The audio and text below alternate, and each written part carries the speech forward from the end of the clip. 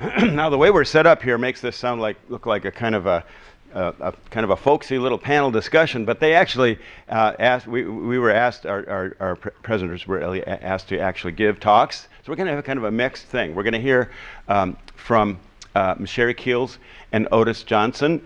I'm going to supply some comments, and then but get ready, because we're going to then expect you guys to really chime in with comments and questions, and we'll be sitting here talking to each other. So we'll have a little bit of a formal session, and then we'll move into a more informal mode. So we have two presenters today. Micere Keels is Associate Professor of Comparative Human Development at the University of Chicago. Her research focuses on race, ethnicity, poverty, inequality, and the integration of qualitative and quantitative methods. Among her recently published studies, particularly relevant to today's discussion, include studies of the effects of neighborhood gentrification on public schools and the importance of teacher perceptions in schools serving undocumented students. Odis Johnson is Associate Professor of Education and Sociology and Director of Graduate Studies at Washington University in St. Louis. Professor Johnson's research examines how neighborhood schools and public policies relate to social inequality, youth development, and the status of African American populations. His recent publications include studies of how neighborhood experiences shape educational outcomes and how neighborhood and school segregation shape the persistence of inequality. So we'll begin with Micere, then we'll hear from Odis. I'll have a few comments, and get ready to get involved, because we're going to need you. Micere.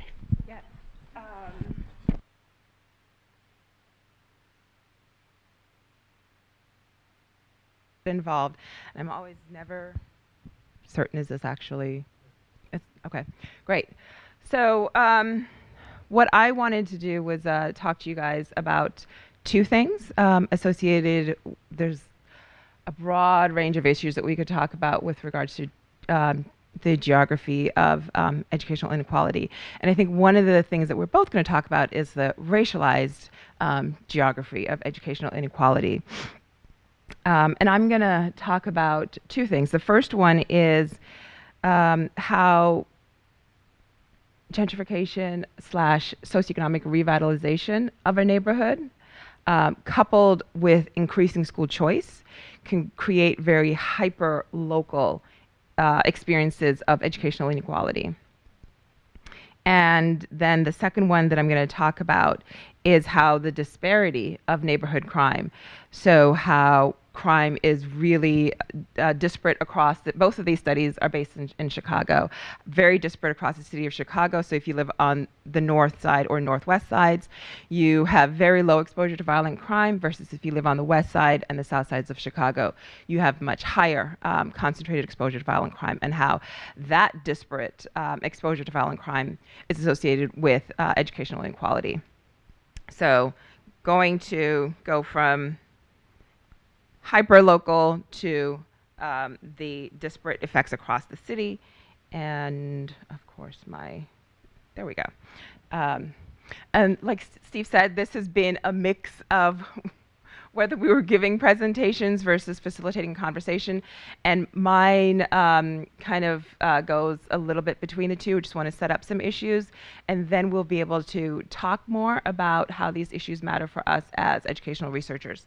So regarding the issue of hyper-local inequality, what I want to talk about is a neighborhood in Chicago, a community area, which is a fairly sizable area in Chicago, that between 1980 and 2015 has gone through a considerable amount of change.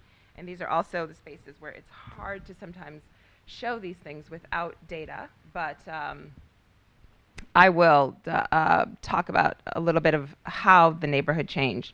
So essentially, a neighborhood that went from being predominantly low income and predominantly black changed to a neighborhood that is quite mixed. It's at this point in time, it's about 30% black, 30% white, about 15% Asian, and then the rest are other racial and ethnic groups.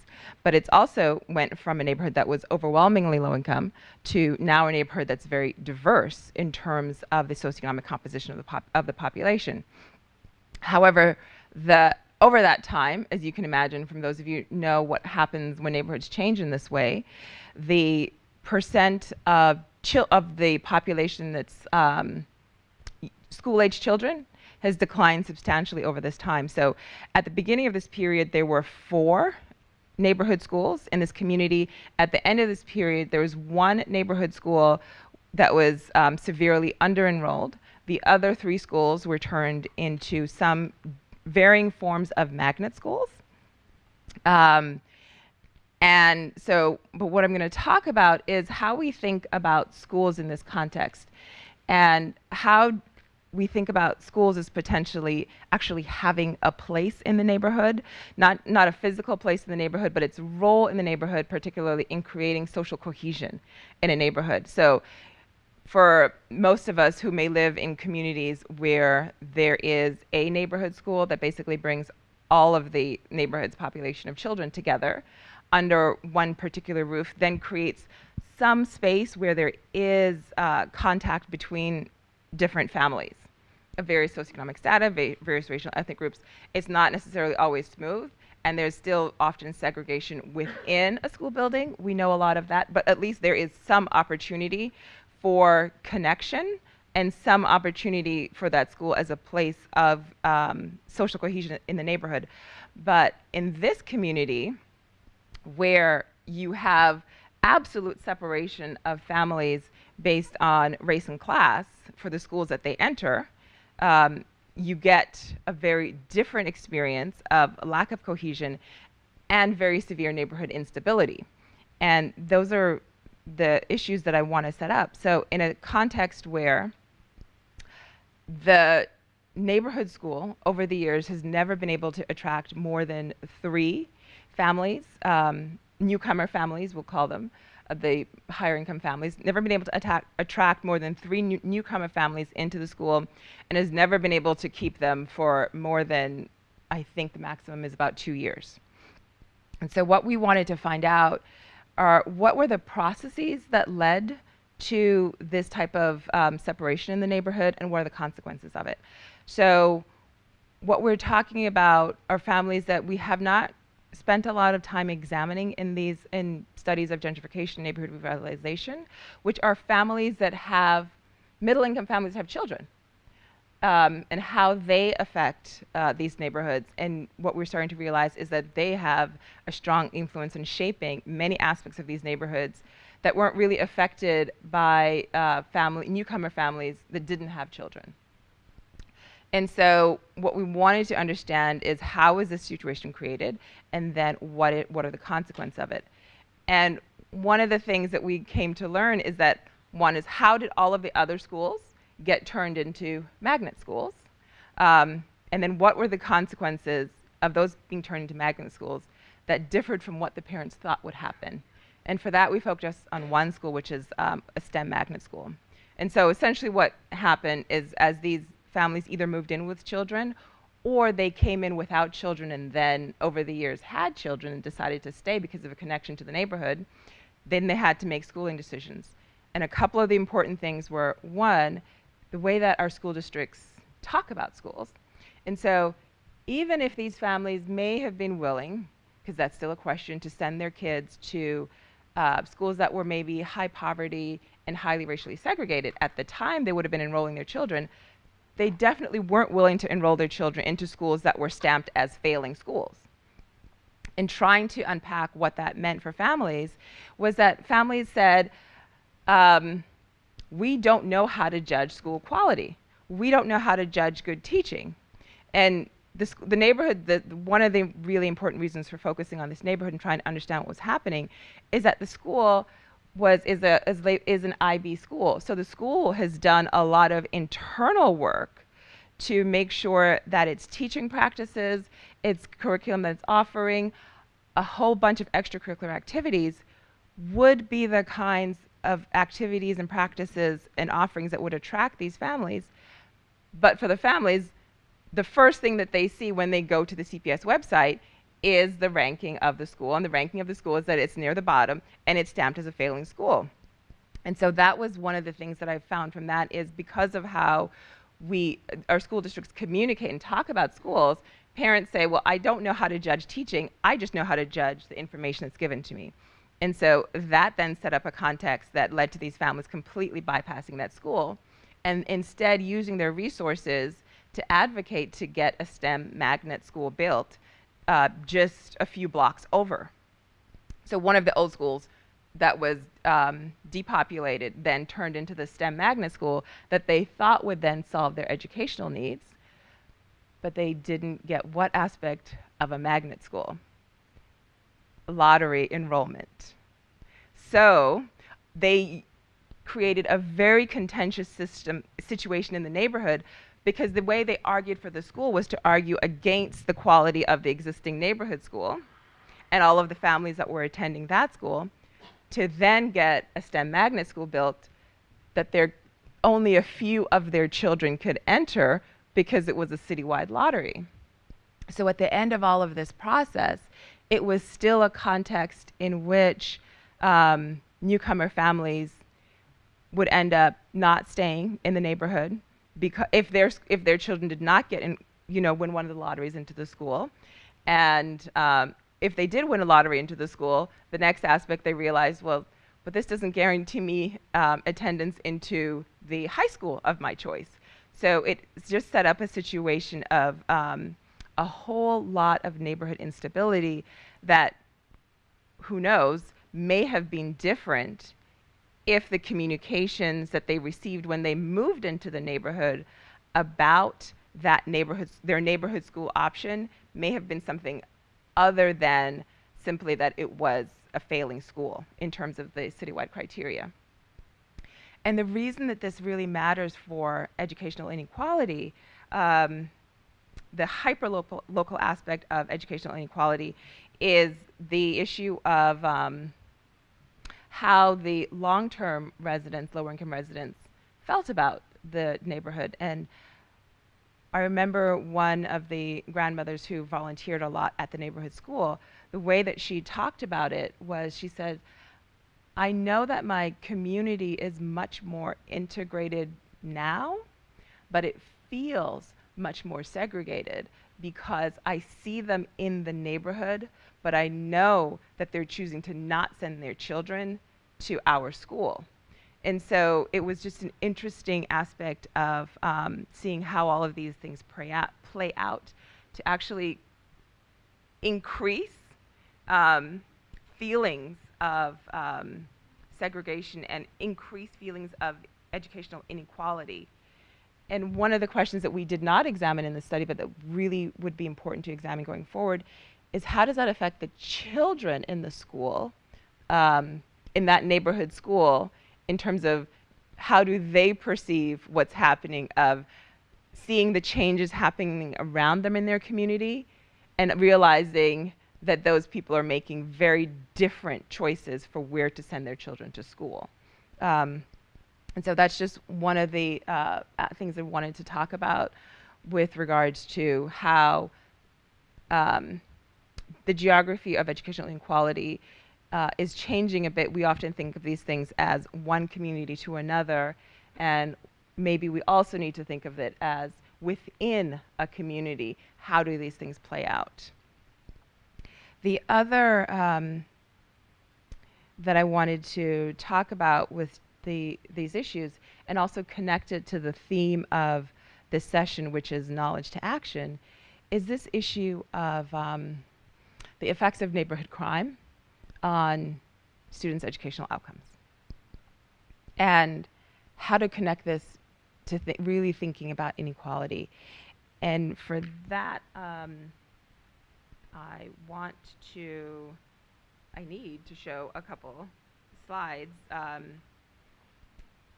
And these are slides that I show to educators in schools when we are trying to talk with them. This is an action research project, trying to talk with them about how to think about the way they engage with students that are presenting disruptive behaviors in their classroom. They don't put it on.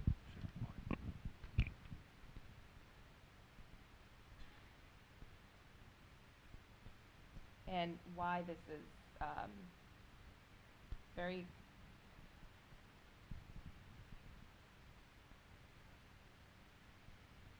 and of course it's probably not. Is there a function key? No, the surface doesn't have a function key. Okay. So I may not be able to show you my slides.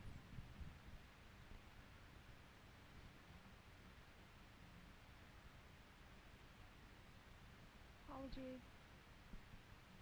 Do you want to tap while I see if I can pull this up?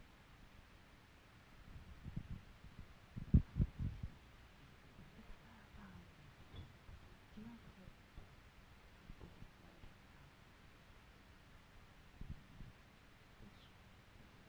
Yeah, but it doesn't touch me. I know it has.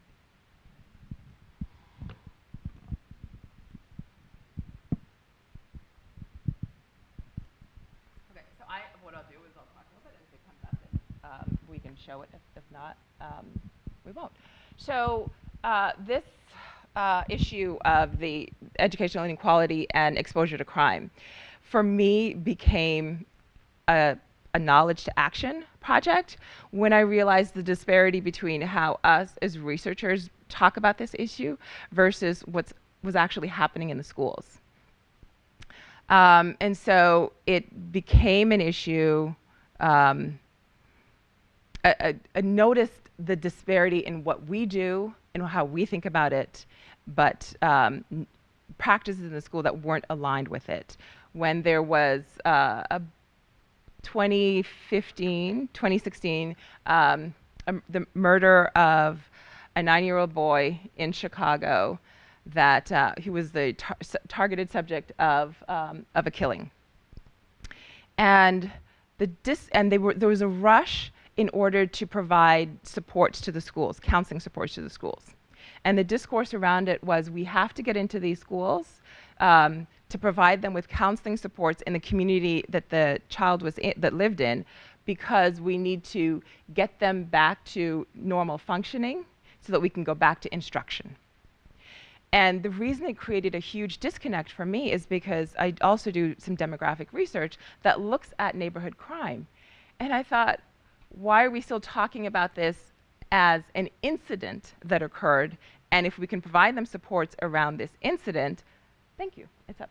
We will be able to, okay, yeah, we'll be able to put these kids back to normal functioning and be able to go back to instruction. So what I did was I pulled up his community area and I looked at the data thinking, well, I might have something wrong. And there were about 836 violent crimes in the 365 days before his murder in the community in which he lived. Because for me, the way I understand it is, how do we shift educational practices in these schools so that socio-emotional learning is an integrated part of academic instruction? But the discourse that was happening was, how do we provide short-term support so that we can get back to academic instruction? And so that was what triggered what has now become this project called Trauma Responsive Educational Practices, to think about, how do you need to do instruction differently in schools that are in such high crime neighborhoods, to ensure that it is not the school to prison pipeline that is often talked about. And why is it an issue of how such a strong issue of educational inequality?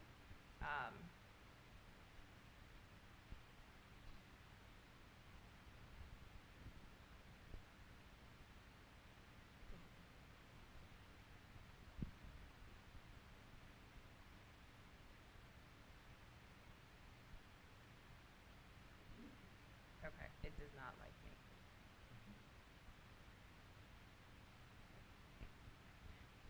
Yeah, but it won't. Okay, so what I'll walk you through is this is one version of it. This is the version that we did, because what we started with were what we typically do as researchers is we show our numbers.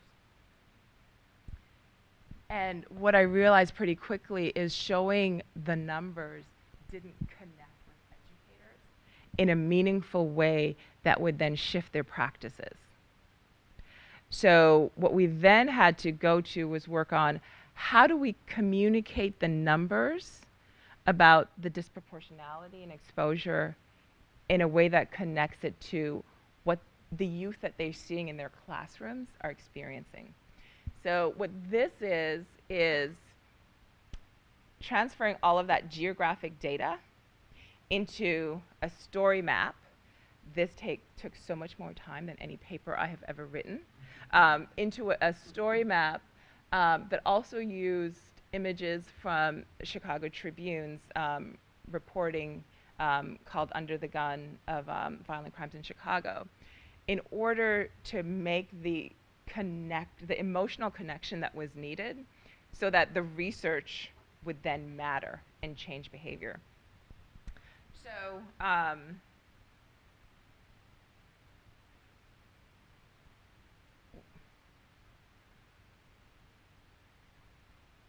what I'm realizing is that there's just a tremendous delay between actually my screen and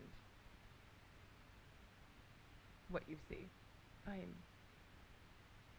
Sincere apologies. Okay, so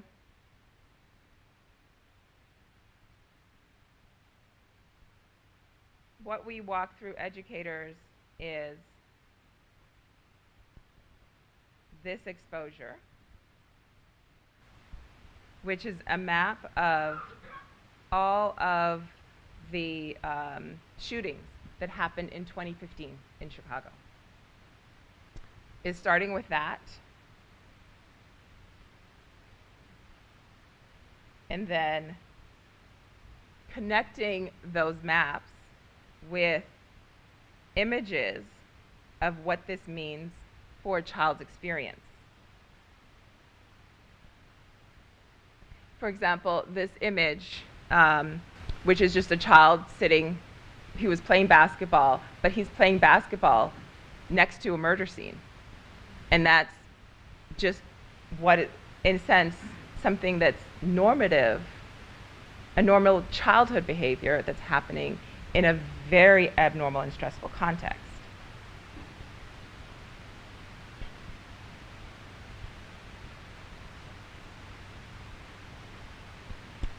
Sorry, it's coming up so slowly. We then move it to a much more concrete representation to show just what the difference is based on where you live in Chicago. So these numbers indicate the numbers of shootings that happened. And then what happens is, as they keep going through, is the map gets overlaid with the racial composition of the neighborhood, and it gets overlaid with the poverty composition of the neighborhood. So by the end of it, they get to see not only is this disparity happening, so we set that up first in exposure, but then how this disparity is connected to the racial, ethnic, and poverty compositions of the neighborhoods. To then, by the end, move them through to the point that not all children experience this. And so when you see the disparities in Chicago with regards to educational outcomes, how can we get them to understand that this is connected to everything that's happening outside of school, and then how to behave differently inside of school? So what we move through to the end of this is a project that then is working to teach educators how to see the behaviors in the classroom differently. So how to see the behavior in the classroom as not willful disruption and not willful disobedience, but behavioral dysregulation. And what we're finding is that by getting them to first connect it to the brain science research and connecting that brain science research to trauma and exposure to violent crime, it shifts. When you see behavior as willful disobedience, you as an educator have a particular emotional reaction and a particular punitive reaction. But when we can get them to see it as behavioral dysregulation, then we can also get them to be more likely to engage in a set of strategies that are about calming that dysregulation and managing it in the classroom versus all of the exclusionary disciplinary practices and how we know that leads. So I think I'm going to stop there. And before we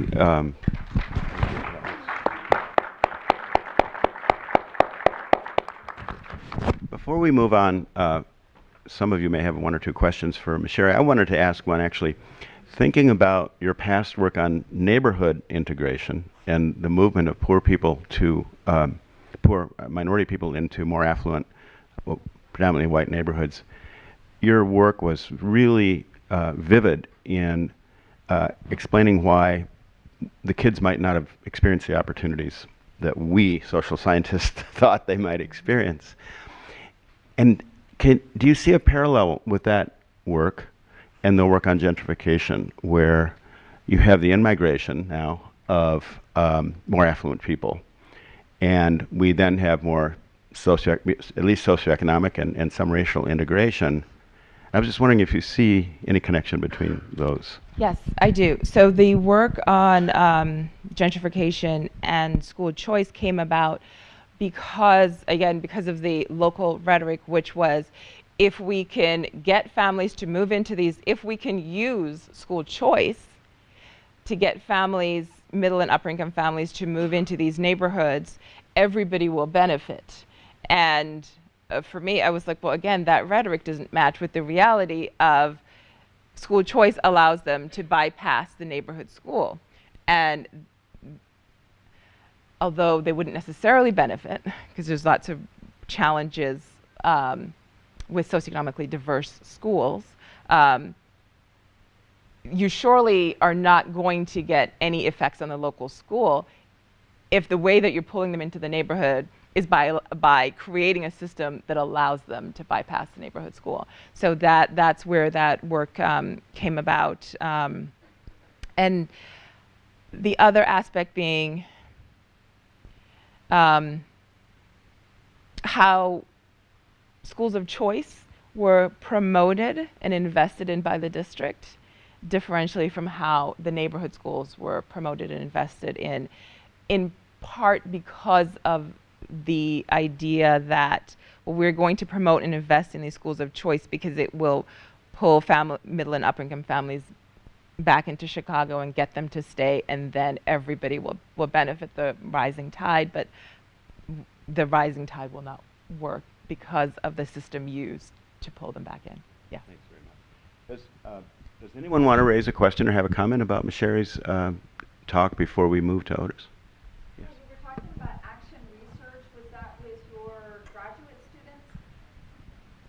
students? So it's with the Trauma Responsive Educational Practices Project. And so I could absolutely come up with a new research question to ask about the issue.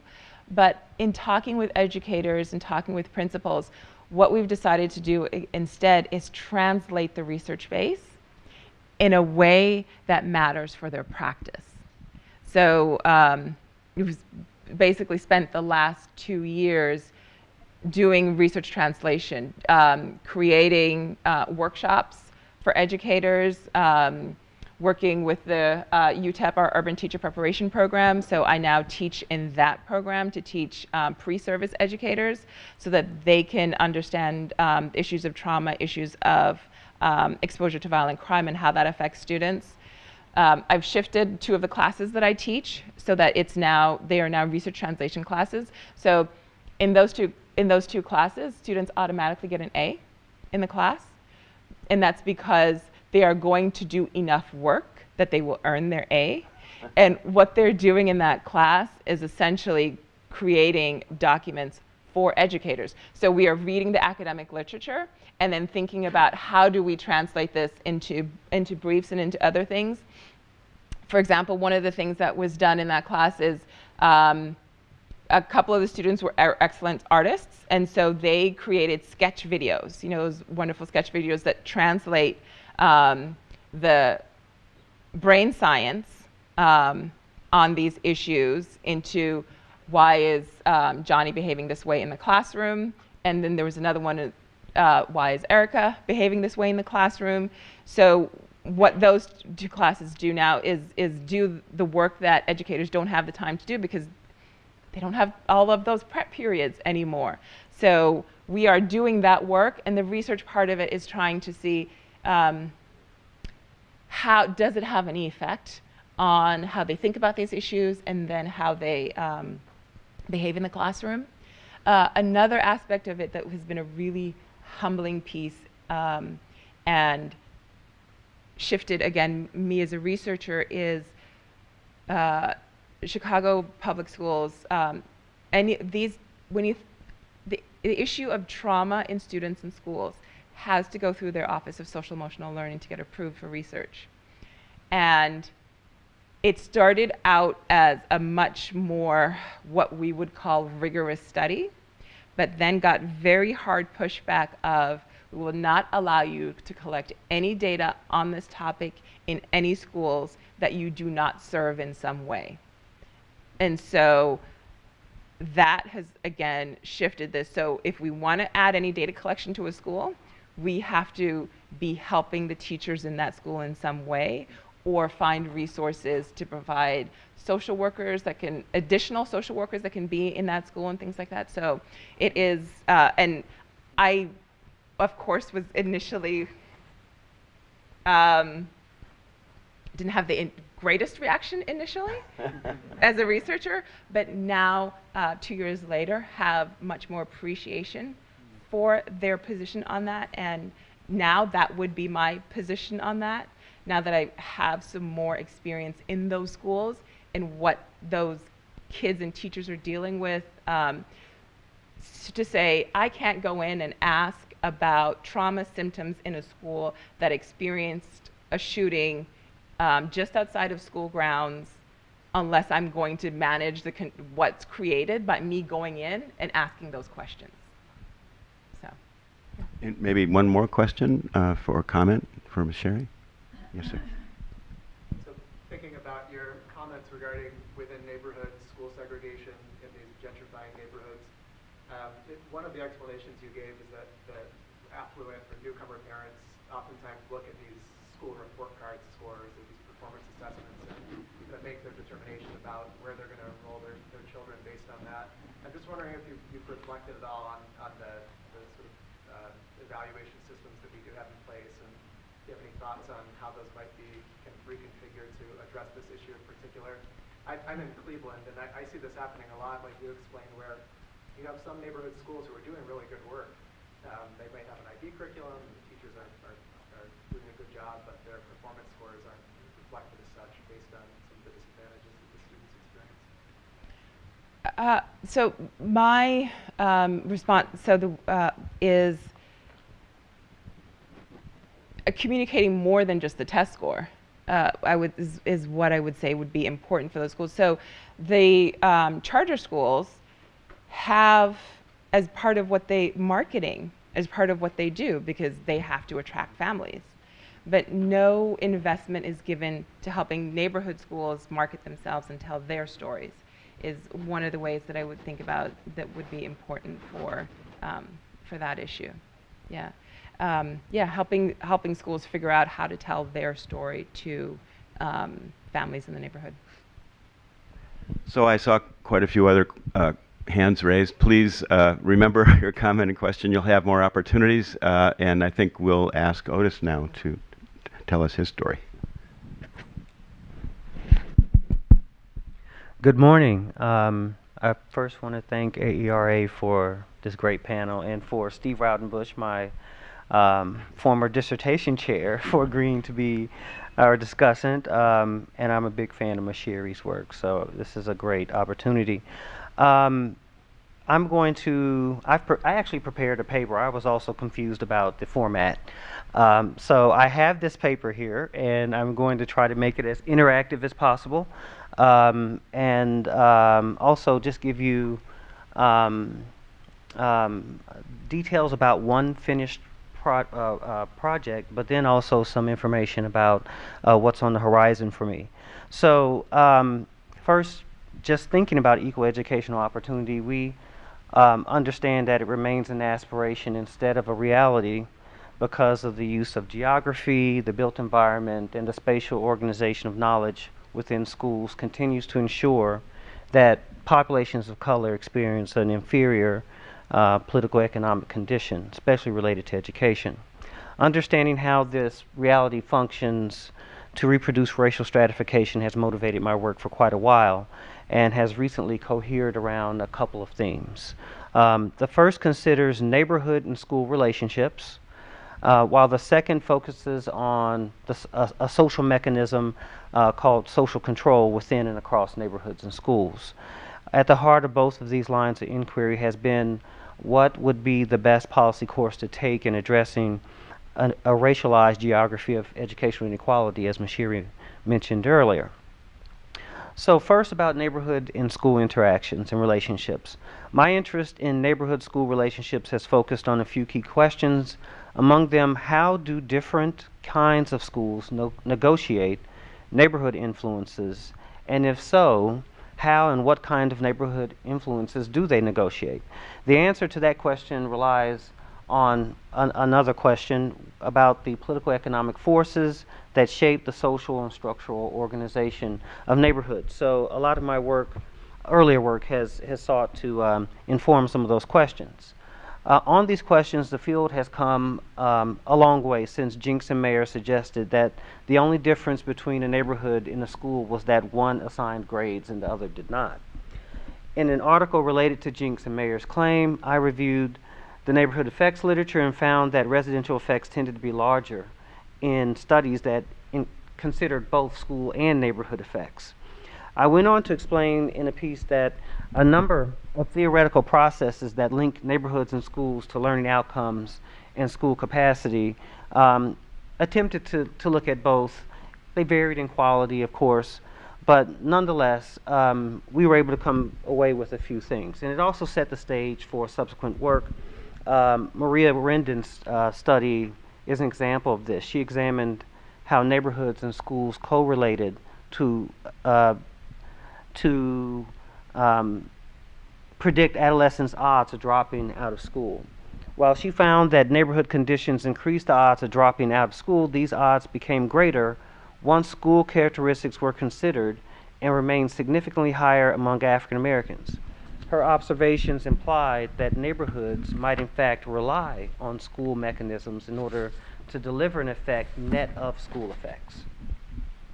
These interrelated effects suggest a specific question for policy. How do we get schools to stop enabling the reproduction of residential stratification? In that review, I also voiced concern that neighborhood effects research has often assumed that neighborhood processes are static within a calendar year. I then borrowed from seasonal learning research done by colleagues at Johns Hopkins, and proposing a Fawcett theory model of neighborhood-school relationships to determine whether schools inhibit the flow of neighborhood influences into the learning process while in session, or if the flow subsides during cooler seasons due to a lull in the neighborhood's social activity. A few studies have employed this Fawcett model in the estimation of neighborhoods' economic and racial makeup in the summer and academic year, and I'm referring here to Benson and Borman. And then also my own, which did the same, looking at neighborhood crime. The first, done by Benson and Borman, found that economic segregation was the most salient social background determinant of math and reading inequality during the summer, but not the academic year. In my own analysis of those same data, the ECLSK data, 1999 cohort, found that seasonal fluctuations in neighborhoods that had problems with burglary also had their strongest connection with reading during the summer and achieved a magnitude greater than any other social background characteristic. Yet these analyses were unable to tell us if these summer neighborhood effects would retain their significance for children who receive some type of summer instruction, nor could they differentiate these summer test score losses from possible summertime changes in the neighborhood's social organization. Should summer losses occur for children, for example, that experienced no schooling in the summer rather than those who did, we can be more certain that those declines were due to the absence of schooling rather than summertime changes in the neighborhood social organization, which I believe is a potential confounder in existing studies of summer learning. So a couple years ago, I set out to answer those lingering questions in a counterfactual analysis that I think is safe to say will appear later this year in the annals of the American Academy of Political and Social Science. Using ECLS-K data and an optimized matching algorithm, I paired children who attended year-round schools with those in 9-month schools to consider, one, if racial and residential differences in children's test scores existed between schooling types, and two, if neighborhood effects related to children's performances strengthened or weakened given their exposure to schooling across seasons. In contrast to previous claims that schooling increased test score inequality, specifically among racial groups, I found no evidence that test score differences of racialized groups increased with greater number of school days or the reconfiguration of those school days. Perhaps most notable, however, was that the largest residential effects were of social disorganization and occurred during the 9 months period of traditional 9-month schools, the schooling form that offered the greatest number of instructional days. Within the traditional and year-round school summers, when the percentage of instruction was lowest, neighborhood disorganization was insignificantly related to test scores. Given these findings, I've concluded that traditional schools did not offset neighborhood effects as much as they functioned to relay them. The possible covariance of residential effects and traditional school dosage is not entirely counterintuitive, since the former arises in large part through human interaction. Schools in this case are the primary medium that facilitates this kind of effect enabling interaction for children. So in contrast, it may be that without schools, neighborhoods would do much less than we believe that they do. So the spacing of school dosage in year-round education periodically interrupts child's interaction with these schools' intersessions. So that also may be a reason why we did not find significant neighborhood effects within year-round schools. And then finally, while the summer recess may not provide the schoolmate interaction necessary for neighborhoods to pose impacts on learning, net of individual factors. So we're uncertain how the neighborhood functions during summers, because the people who would be around them, their peers, are brought together by schools may not actually be in their particular residential area. So we have a difference between the peer effects that would be in schools versus those that would be in the neighborhood. So while I believe we know too little about schools, how they can be fashioned into what effect within a racialized geographic reality, I also wish to encourage the kind of research that understands the bidirectionality of neighborhood-school relationships. The next phase within this line of inquiry will augment the neighborhood-to-school paradigm by considering how the operation of white avoidance of interracial contact in schools reshaped the metropolitan areas in the latter half of the 20th century, and primarily its levels of concentrated poverty and affluence. And to do this, we're looking at NCES reports, Common Core data, and its predecessor, the ESE GIS, to test a hypothesis that if white families with children seeking a certain racial mix in their children's schools had not left central cities, those cities would not have become areas of concentrated poverty for African Americans, even if the spatial and skills mismatch had affected them in the way that William Julius Wilson had claimed. So in other words, concentrated poverty is something that might arise when predominantly white schools disappear from central cities, not just when work disappears.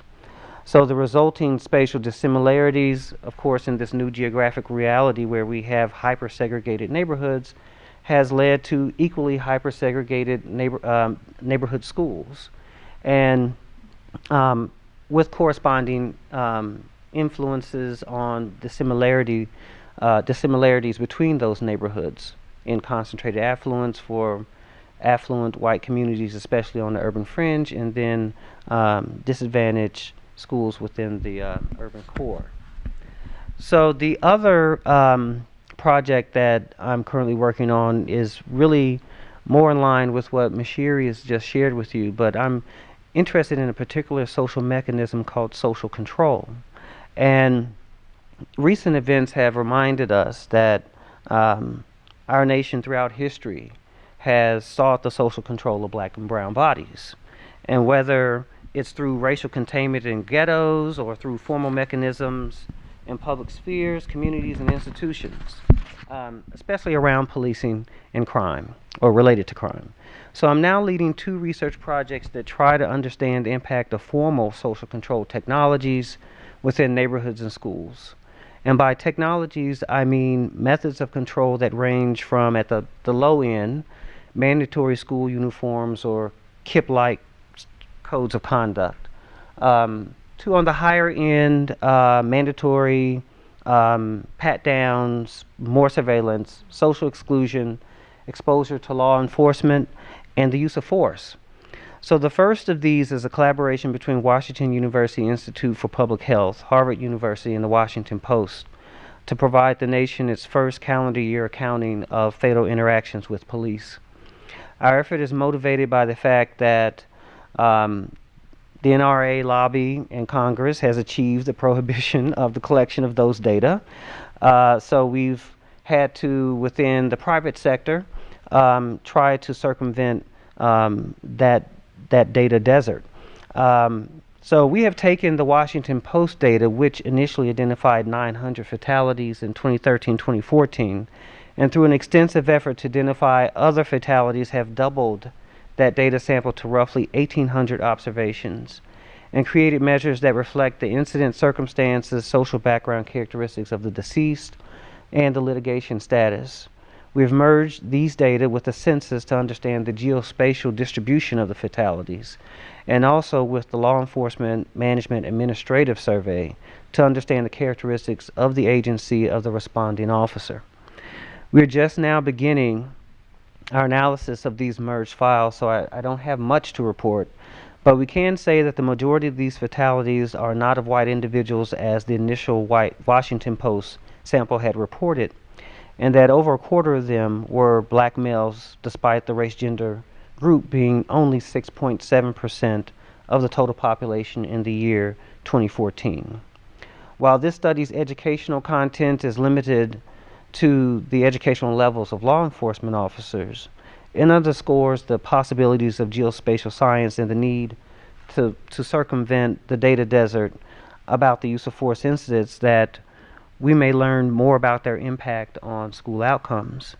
For instance, Sharkey and Sampson have demonstrated the occurrence of a homicide in African Americans' census block within a week of their assessment date reduces their reading and vocabulary performances by at least a half standard deviation unit. And that's a huge difference. That's almost an entire school year's worth of learning in terms of vocabulary. We don't know very much about how school-age youth are impacted when those homicides are committed by police rather than just homicides, or the impact on populations of color, since those acts of institutionalized violence are geospatially concentrated in neighborhoods. Our schools are not so exogenous to context that the consequences of police actions aren't felt within schools, as Micere alluded to, and how youth view those institutions when they're patted down police when they walk through school doors. The second research project is regarding social control, and last year we received 4 years of funding from the National Science Foundation, and it considers race-gender trajectories into high-status occupations across neighborhoods and schools that vary in their social control, their level of social control. In this project, I consider whether the order, conformity, and obedience-seeking strategies to which race-gender groups in disadvantaged neighborhoods and public schools are increasingly exposed are related to lowered levels of the qualities that are known to support entry into high-status occupations, including creativity, agency and learning, confidence, and inventiveness. So not only can social control strategies suffocate the characteristics that are essential to these professions, they remove youth from the STEM pipeline altogether by facilitating disproportionate rates of minority contact with law enforcement for African American and Latino boys and African American girls. So this study also asks which pipeline are youth in disadvantaged urban areas being prepared for, the STEM pipeline or the prison pipeline. So while much work, including my own, has connected neighborhood and school disorder to perceived disorder on STEM and occupational attainment, much less has thought about how our responses to perceived disorder relate to the outcomes of and persistence in the STEM pipeline. So our funding from NSF was actually determined in large part by the methods we're using to consider these alternative these educational alternatives. We do so using many of the advanced modeling techniques created by Steve Raudenbush, including the cross-classified general linear model, which I believe are still somewhat underutilized in most studies that use multi-level statistical methods, and also nested counterfactual designs like the one I use in the year-round education versus 9-month education analysis I reported on earlier. So in the NSF grant award we are anticipating in 2018, we will extend this line of inquiry to consider charter schools in particular, because there have been reports about their exclusionary practices and also their highly regimented educational environments. So we're looking forward to that, and I'll just stop there and look forward to your questions in the discussion. Thank you.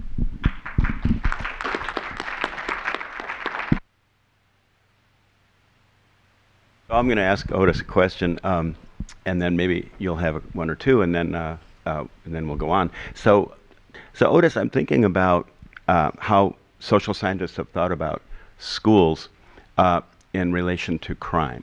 So one view is that schools are sort of a haven, a peaceful place where kids who are in very difficult neighborhood circumstances can come and be safe and be treated as, you know, emerging adults. It's kind of an idealistic view, perhaps.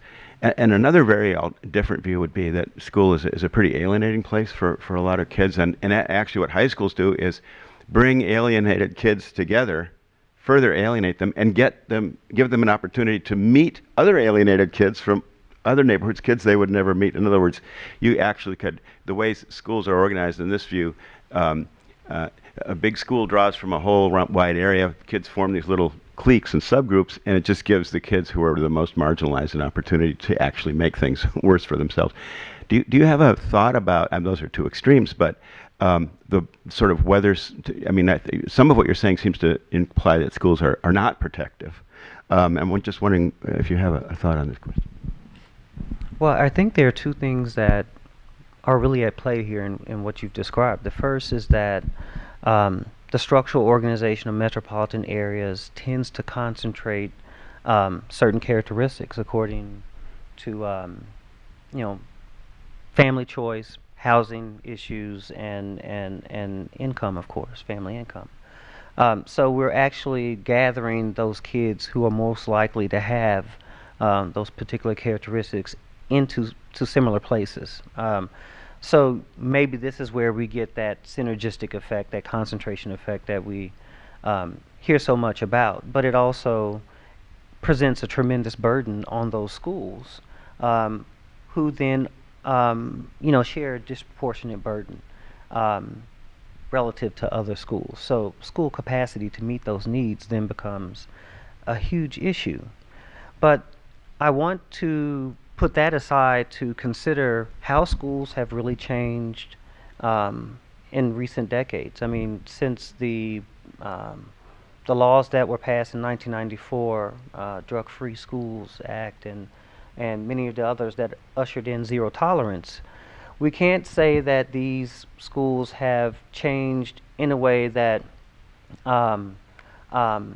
has reinforced what we thought was normative child or adolescent behavior. We've seen adultification through these policies. We've seen exclusion through these policies. We've also seen some serious race-gender interactions for particular groups. DMC rates, disproportionate minority contact rates within states such as Maryland is documented to take place at every step, from the school down to whether they're detained or held in criminal juvenile justice facilities. So, and this is for youth who, of different races, but all of them have committed, the offense. So we still see the disproportionate rate even for people who have committed similar offenses. So I can't say that schools have been inviting to all populations, and that we don't enact these lenses that view similar behavior similarly across racial and race-gender groups. So, and I see it happening quite frequently. I get calls from everywhere about these issues. And one example was in Prince George's County, where a student had on a hat, was walking in the hallway, and the teacher comes and grabs the hat from the back. She had no idea that that student had surgery and was given permission by the principal to wear the hat. But she violated his personal space to take off the hat, and he decides to grab her arm and grab her head because she had done so from the back. I don't know if he would have done that if he'd known it was a teacher, but nonetheless, that's what happened. And she pressed charges. And zero tolerance policy says there should be no contact.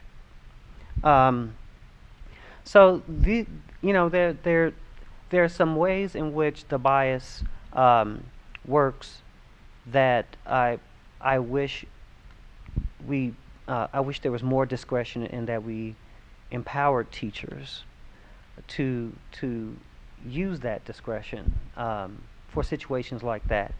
But at the same time, the racial lens suggests to me that discretion is not the answer either, because then they will apply that discretion with the racial lens. So we have a lot of work to do in that regard. Thanks very much. Does anyone want to ask Odis a question or raise a comment before we move on? Okay. I'd like to ask, how are you trying to influence policy? How is this, your wonderful information, getting into the hands of policymakers and the public to change such things? I can't say that.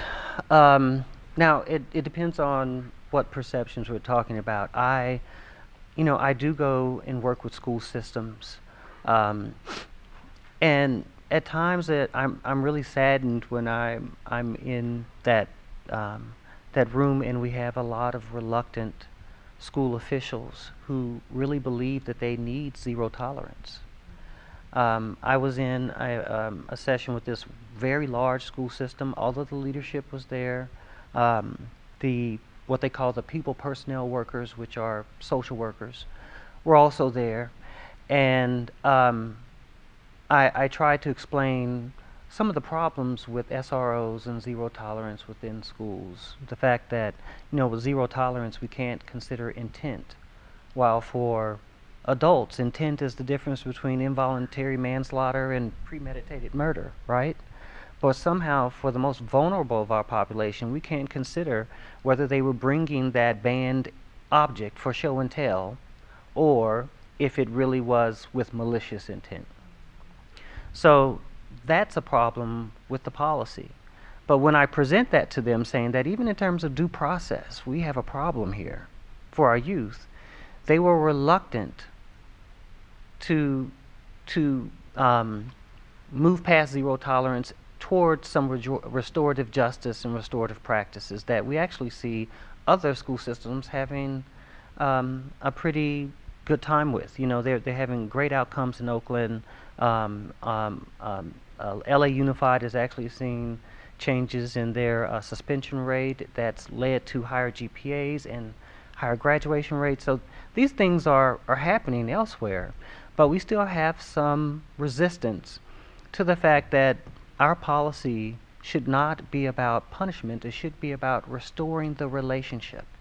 Because ultimately, these kids who have the disciplinary problem are disciplined, and then they come back to the same social problem in school. They return back to the same unhealthy relationship. And what restorative practices would do is actually, let's work on this relationship and let's repair that, rehabilitate that relationship and make it a healthy one so that going forward they won't have these problems. And so we have in this case, you know, a bit of recidivism within the principal's office. It's the same offenders probably having similar problems with similar people. And so yes, I do go out there and try to make the argument, but people are reluctant to change. They're reluctant to change with SROs. And I'm afraid that our teachers have not been well trained to work with SROs. We have examples where teachers are asking students to empty their pockets in front of the SRO. And the school resource officer, the armed law enforcement within the school. And really that allows their Miranda rights to be circumvented, because they should be advised that they have the right to remain silent or whatever. It also gets around probable cause, because the SRO doesn't know that he has or she has anything in their pockets, but the teacher does. So the teacher then allows these laws to be circumvented for, again, our most vulnerable populations. So yes, schools are, you know, in terms of policy, places of risk for carceral action and juvenile detention. So, what I see is a policy environment that I think compels a lot of our school actors to not move forward in a different way. And if we could just get rid of some of that, change those policies at a larger level, then we might do some good. I think they'd be more interested in restorative practices. You're saying that these policies are at each district level? Well, no, some of these are federal policies. I mean, these are acts of legislation out of Congress. Even in terms of drug-free zones, there are provisions about, you know, mandatory sentences for drug possession within a certain distance of the school. And we all know that usually the people who are having those drugs that close to school are also youth. So we then double the sentence for the youth offender, though an adult gave them the drugs. So there are lots of federal laws that really constrain our ability to change this entire pipeline that would actually lead our kids into a life of incarceration. I think this might be a good time for me to just make a few comments, and because I think you asked about policy. What I thought I would do, since you know, Micere gives us this really up close view of what's going on in schools and neighborhoods in her earlier work, and Odis gives us the big picture, the macro environment, as well as actually quite a bit of up close view. I thought I would say just a few things about, you know, what do we know about interventions to improve neighborhoods and schools. And this is really a thumbnail in a very short period of time, and you may think I'm oversimplifying, but in the neighborhood research, most of the rigorous research we have is on what's the effect of change in the neighborhood by moving people from one neighborhood to another. So the moving to opportunity experiment, which gave inner city public housing residents a randomly assigned voucher to move to a low poverty area. And the initial results of that would have seemed that there were few effects on education and earnings. I think the National Bureau of Educational or Economic Research had a headline saying that neighborhoods don't matter, and sort of made you wonder, why there aren't economists sort of combing the south and west side of Chicago buying cheap houses. But more careful research later on, well, the earlier research actually showed effects on maternal mental health of moving to positive effects of moving to a better neighborhood. Waiting a little bit longer and looking at the little kids who moved and watching their life course, Raj Chetty and others showed actually quite substantial effects of moving from a very poor neighborhood to a better off neighborhood. And I think, so the question rises then, why? How did this occur? And I mean, looking at Micere's work, it wasn't necessarily that that the kids who moved were somehow well integrated into these more ethnically diverse and more affluent neighborhoods. It looks as if the major mediating variable is escaping from violence. In the Moving to Opportunity study, if you look at families that moved in Baltimore and Chicago, kids did better on learning, in their learning. If you look at some other studies, Rob Sampson and Pat Sharkey and I have a study, kids moving into and out of highly concentrated disadvantaged neighborhoods in Chicago with the same result. A big randomized voucher experiment that Jens Ludwig and Brian Jacob conducted, same thing. So it looks as if getting away from a chronic violence and linking it with maternal mental health and giving kids a chance to grow up in a less stressful environment is the main explanatory variable as I can see it. The other way that you can talk about an intervention to improve neighborhoods is to try to change the neighborhood itself. And Micere's work is so interesting here. And I think that we could say that when you improve a neighborhood, what happens is the housing values go up. People want to live there. That's good for the people who own things in the neighborhood. But for the people who are paying rent, and by the way, not always entirely good, because if you're a retired person and your housing value goes high enough and your taxes go high enough, you may be forced to literally sell the house. But for people who don't own a house, and it's not necessarily going to be a good thing, and those people are going to have to move in many cases. So it's not clear that improving, that many of the ways we think about neighborhoods improving, which is sort of like bringing more advantaged people in, isn't going to necessarily help. One place where I think there could be a lot more research that would be very productive is that maybe you all know of some. We've had enormous drops in crime in many cities around the country, including especially very disadvantaged neighborhoods of those cities. And I don't think we know much about the consequences of that for child development and adolescence in terms of schooling outcomes. Now, if we look at the work on schooling, there's kind of a parallel sort of structure. You can improve a school by moving people out of schools, that are sort of desegregation, I guess you could say, or moving other people in. And I think there the research on segregation is much less, it's surprising in how little evidence there is that school segregation actually is a causal factor for low-income kids, a negative causal factor. Look at Doug Lowen's recent article in the American Journal of Sociology, kids moving in North Carolina in and out of very poor schools, no effect. Now, a big exception is Rucker Johnson at Berkeley. His work on desegregation orders showing that African American kids really benefited enormously from the school desegregation decisions that were made from 1955 or so until the present. But his explanation is the kids got, not that they benefited from rubbing elbows with more affluent kids or white kids, but they were exposed to better resources for education. So that's I think a cautionary tale on school segregation. Then what about how else can we sort of demonstrate, or what policies might affect improve things for kids in schools? One is improving schools.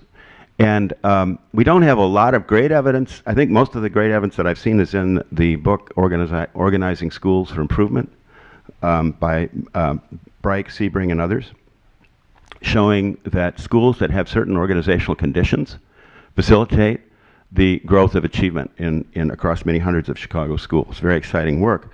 The other kind of research is asking about, can we create new schools that have powerful effects? And now I'm going to use the opportunity to plug our new book on the Ambitious Elementary School with Lisa Rosen and Elizabeth Hasrick, where we talk about 2 schools in the south side of Chicago, all African American, 85% low income, where the school essentially moved kids from the 26th percentile of the white distribution in Chicago to the 44th percentile. Fantastically large effects, and particularly surprisingly in an area where we've had a hard time raising achievement, and that is in reading.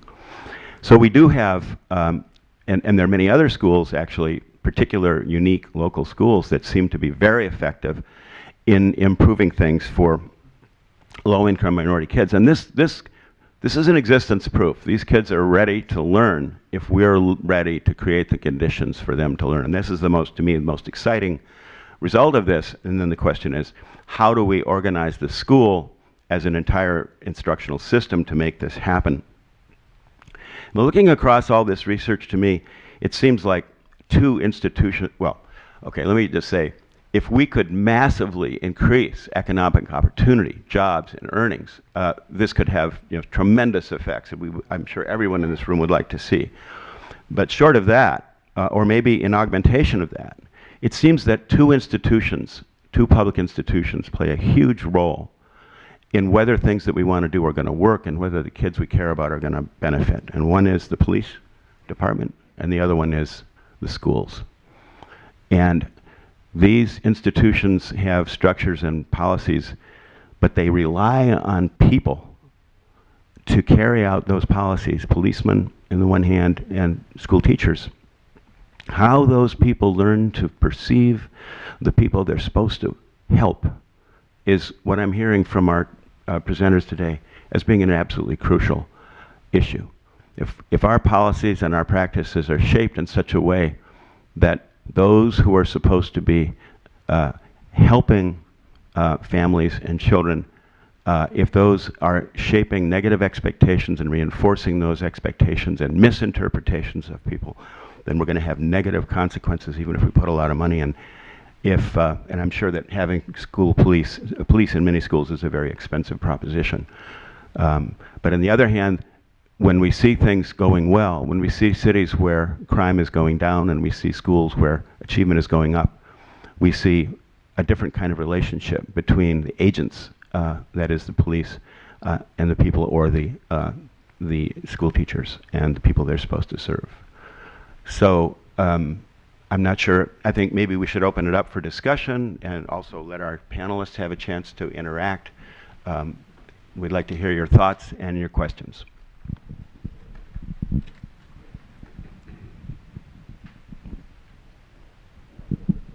Marshall. Question for Odis.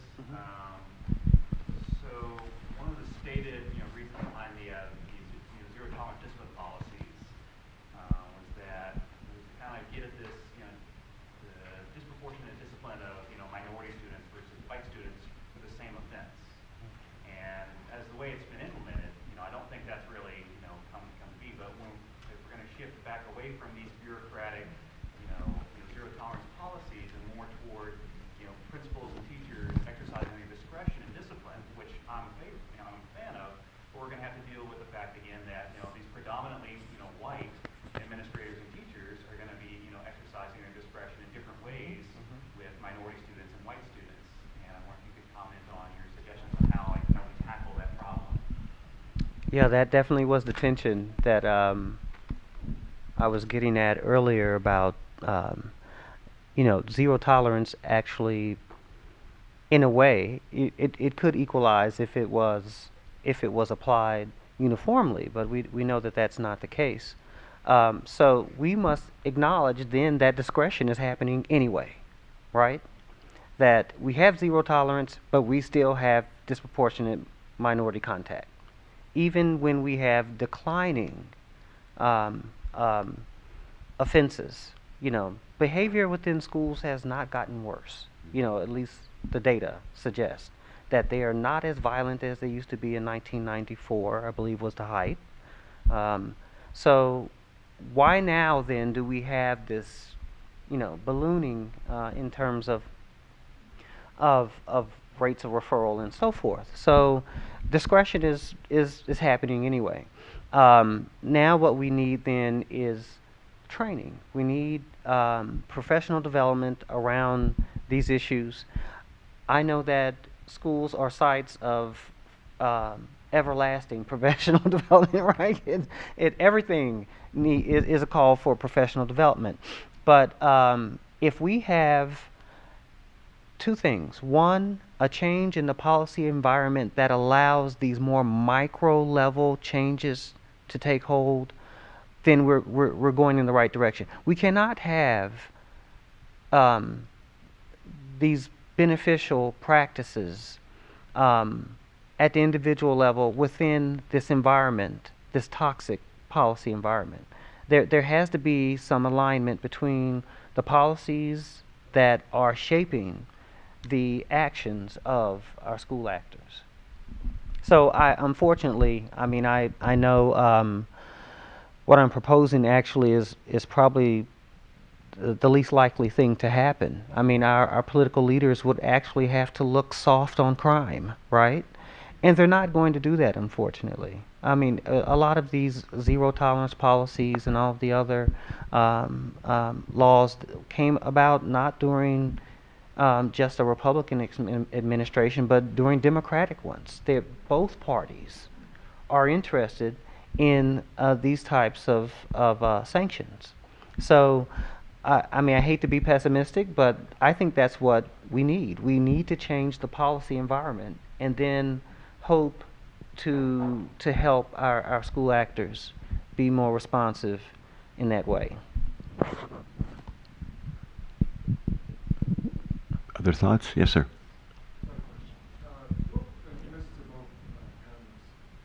As we think about this kind of micro level, what does it mean then for how people experience? I think we should turn to Micere for that. She's the expert. So I guess the way I would say is experience community. Community and neighborhood, to me, are two different things. So neighborhood, to me, is the geography of where people live. And community are the relationships among people that live in that geography. Yeah, yes, so that's what Yes. the quote that you offered with regards to The mother, yeah, the grandmother.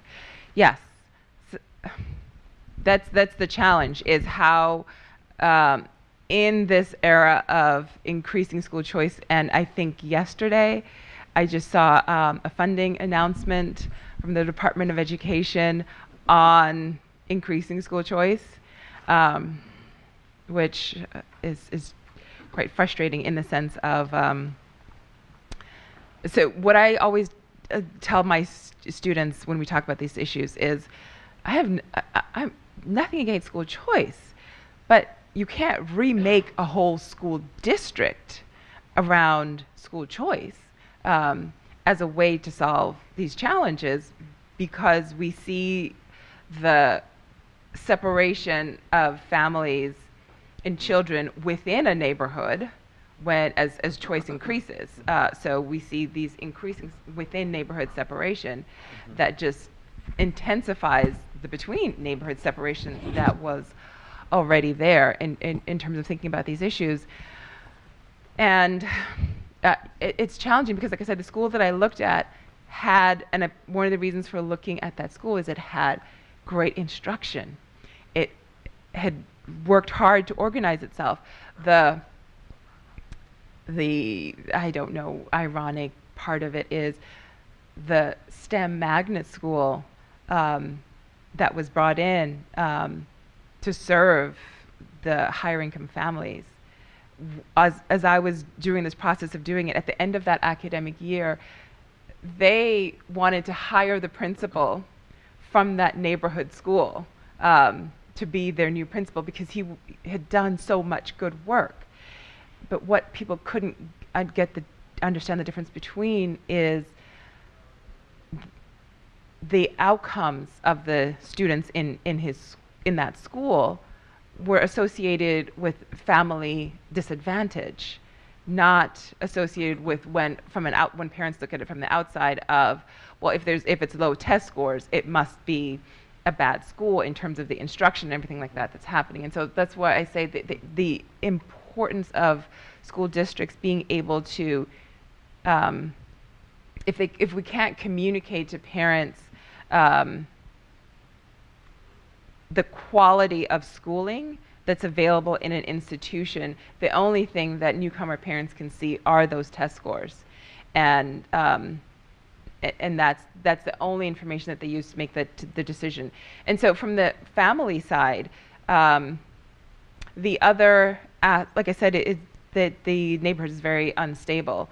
So even the middle income newcomer families that are moving in, they are moving in, and when we interviewed them, basically saying we're pretty much going to be moving out very quickly. So yeah, there's just a lot of churn in part because they don't have a neighborhood school. The neighborhood school plays such a big function as an anchor, and in a way that a lottery entry magnet school does not, because you have these now families that are moving in, and they talk about how, my neighbor across the 2 doors down, her child is in the STEM magnet school in the neighborhood, but my child is, at another school across the city, because basically all of the newcomer families entered a whole bunch of lottery schools across the city, and wherever they got in is wherever they went. And so they talk about, we knew each other up until, when our kids entered first grade, but once our kids entered first grade, we were dispersed across the city. Any cohesion that was building was lost.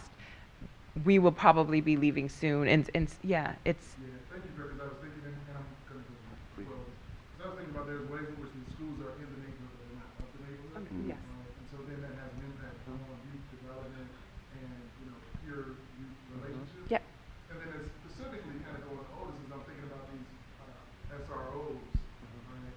And so ways in which students can feel policed in their own neighborhood, and then go to school and feel policed again. And Right. so what is that? So that's kind of. Actually, we could take a lesson from Carla Shedd's recent book. I mean, that's exactly what she found. Was hers also in Chicago? I think she was looking at Chicago schools as well. And yes, Unequal City, that's the name of her book. And so in her book, she found that there were different responses in terms of perceptions of justice that directly extended from students in school experiences with law enforcement. And so it's and I want to say that this is not something that is isolated. We now have over 70% of our schools having SROs, some type of law enforcement agent on school grounds. So how this works then to change our whole ideas of justice then allows kids to think of schools differently, because they are manifestations of they're institutional. They recognize that they're institutional, and they recognize they are sensitive, even more sensitive to that institutionalism, we can say that, because there are officers there. And so, as Steve said earlier, these places for some may be welcoming and may be a haven from a refuge from their neighborhood conditions, but then they come to them and they see, oh, it really has the same feel of my neighborhood. We have a police officer right there with a gun, Yeah. And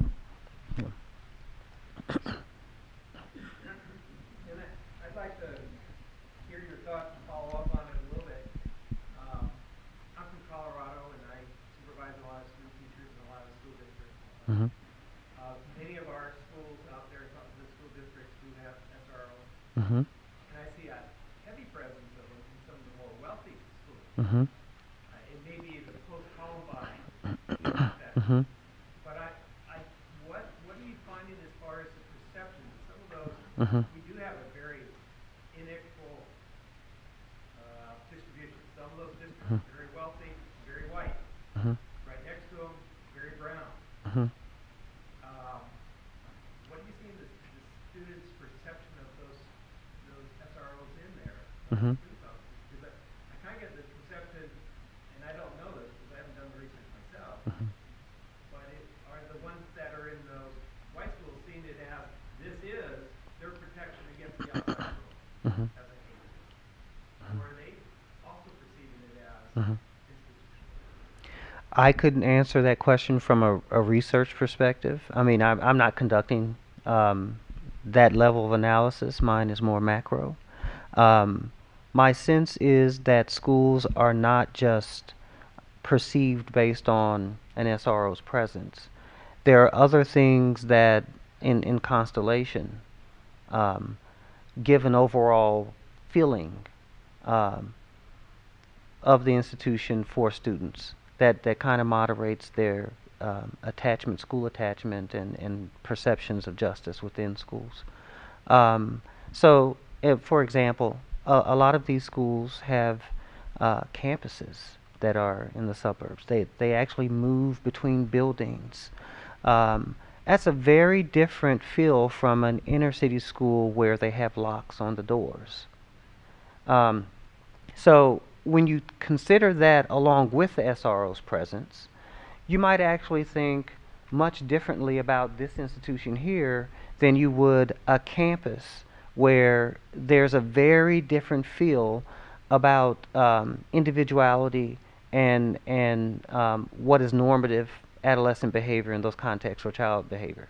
So you've got to consider all of those things. And yes, I do believe that the prevalence of SROs, at least the data suggests, that they've gone up even in um, uh, suburban places and even in some elementary schools. We're actually now starting to see them there in those schools. But there's a difference between safety and social control, right? And so we're interested in um, the thought behind a lot of SRO placement and so forth is that schools are dangerous places, not that people from outside come in to schools and pose risk, but that schools themselves are dangerous places.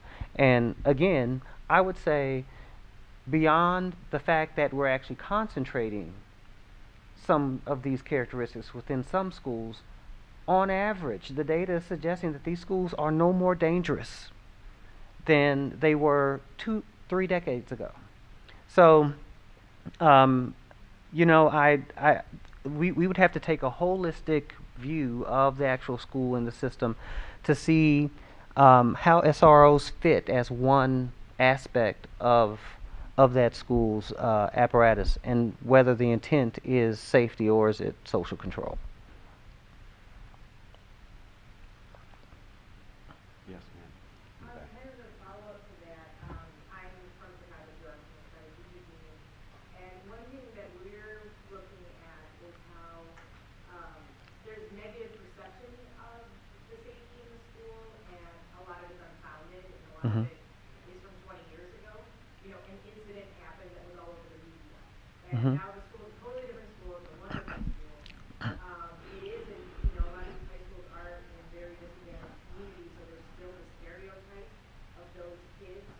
But the public is unaware of how wonderful of a climate it really is in that building, and how hard the teachers and the counselors and Mhm. everybody is working.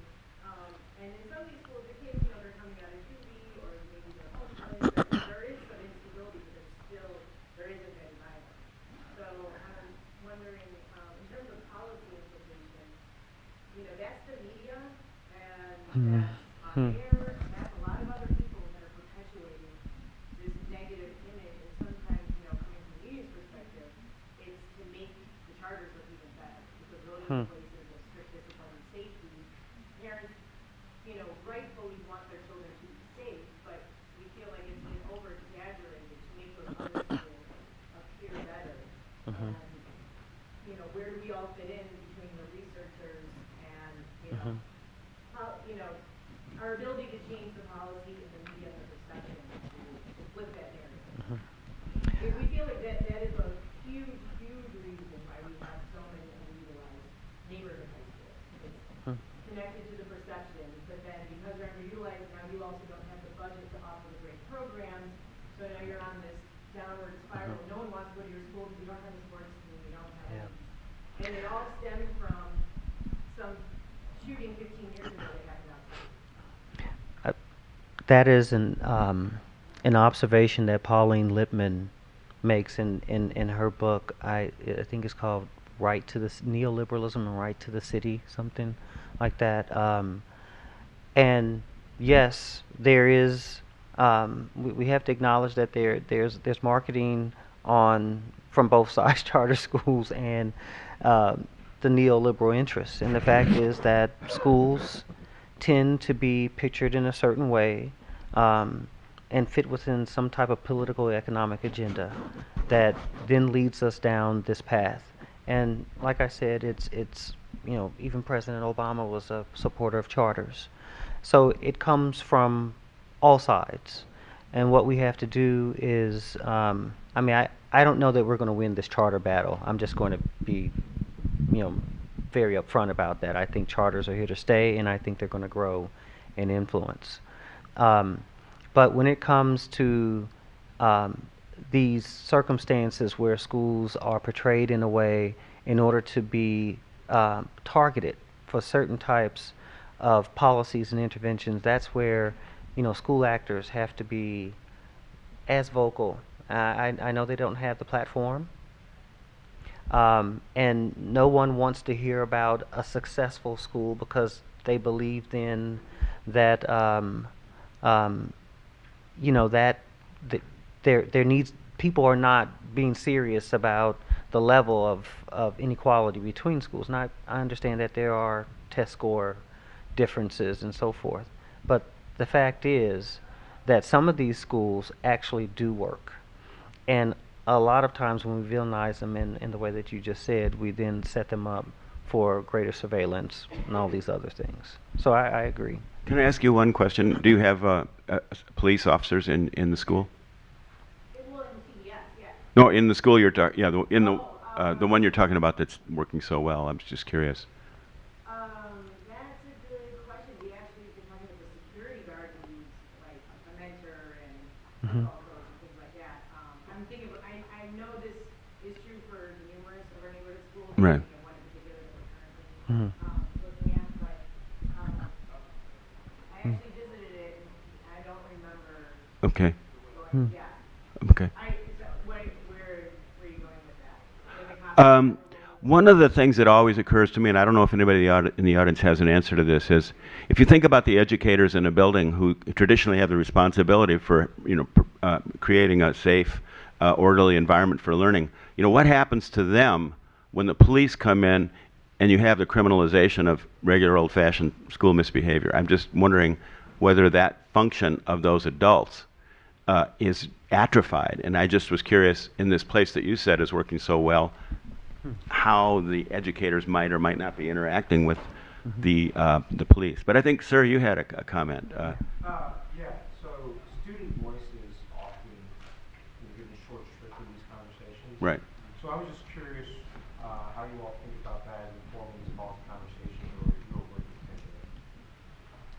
The policy conversations related to. Whether it's around violence or how students experience the spatial organization of opportunity both inside and outside the school, particularly like rapidly changing, gentrifying neighborhoods, how they experience or understand disparate elements of those sort of things, or violence. So student voice is a huge part of of our project on how students are responding to violence in their neighborhood. We are using student voice to help educators understand what it is students are processing in the classroom and what it is, how a incident is perceived differently by the educator and by the student. That so trying to help them understand what is the miscommunication that's happening that leads then to the sanctioning, exclusionary discipline, and all of those things. So yes, we are using student voice a lot in our educating of educators. It became really important because we could communicate the numbers to educators in terms of how much violence is happening in the neighborhood, but where it became really important is, so we understand the developmental science of the variability in students' responses to stress.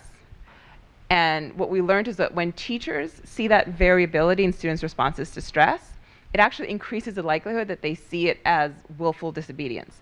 So it's kind of like, well, why is one student sitting quietly and doing the homework when another student is being disruptive?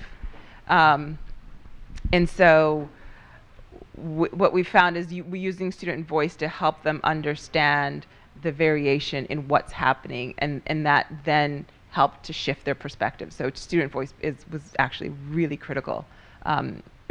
There's YMCA, I guess I can give a shout out to them, Story Squad, which is basically working with youth in high crime neighborhoods to get them to tell their stories. And we've actually been using those videos and those audio projects in our trainings of teachers to help them understand what youth are experiencing. Other comments, questions? Anything to say to each other? We're 5 minutes over. Oh, we are? I had a totally misunderstanding of what this time. So that's probably why people started to leave. Thank you. Let's thank, yeah, because I don't know what time it is. Let's thank our presenters.